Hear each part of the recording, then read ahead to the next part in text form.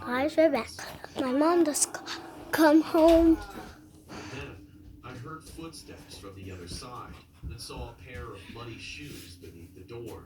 I jolted back right as the door flew open, revealing a man who looked like he'd lived in a swamp his whole life and had starved for most of it.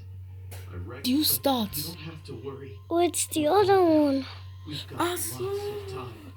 I The grabbed the orange. mop for a lack of a better weapon of defense, waving the dripping mess of tangled, filth-soaked cloth in his face.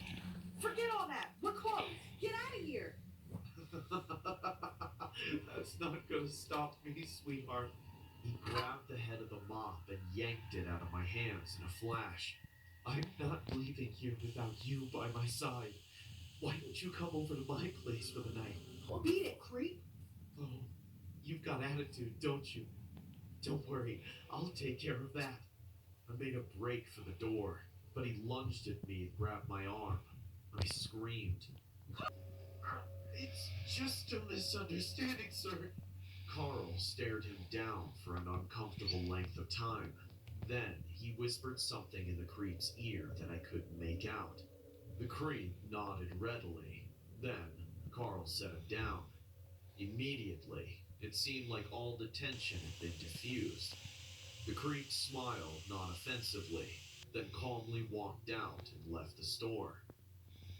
How did you do that without roughing him up? Carl grinned from ear to ear like a big goof. I just told him what would happen. Well, thank you very much, Carl. I appreciate it. You're always welcome, Selena. I picked up the mop again, wanting to just finish closing so I could finally go home.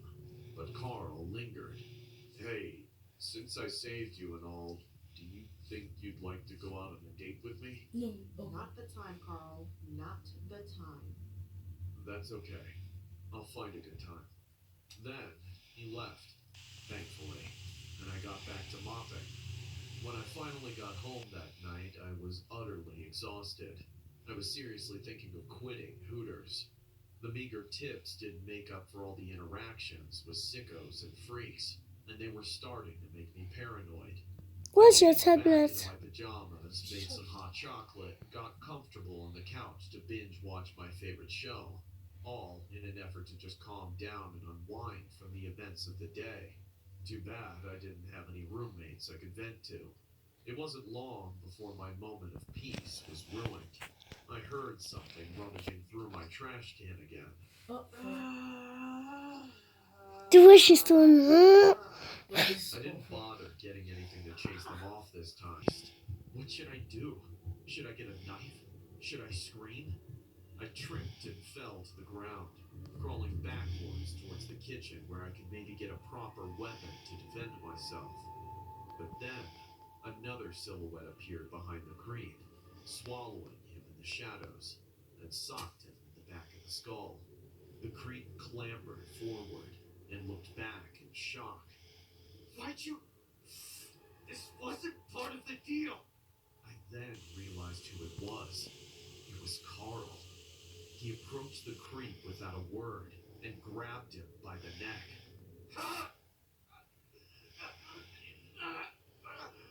That's not the neck, no. Carl relentlessly pummeled the creep with his fists. There was no contest. Carl was a super heavyweight, no-holds-barred cage match with a featherweight stickman.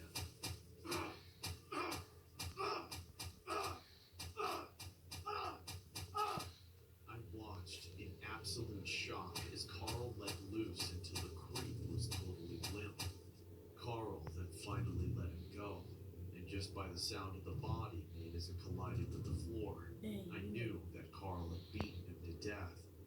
Carl then turned to me, his face half lit by the streetlight shining through the wide open door. Will you go on a date with me now? What? No! Carl! What have you done? I climbed to my feet, ready to outrun him if I needed to. What have I done? Really, I saved you twice. Is that not good enough for you? I know everything about you.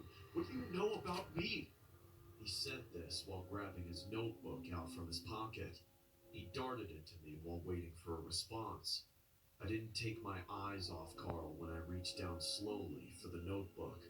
Suddenly, I realized why he was always writing in it. He was writing about me. He recorded my every movement, my habits, everyone I talked to. Did he really tell that guy to show up just so he could act like my knight? You better understand. I'm not leaving here without you by my side.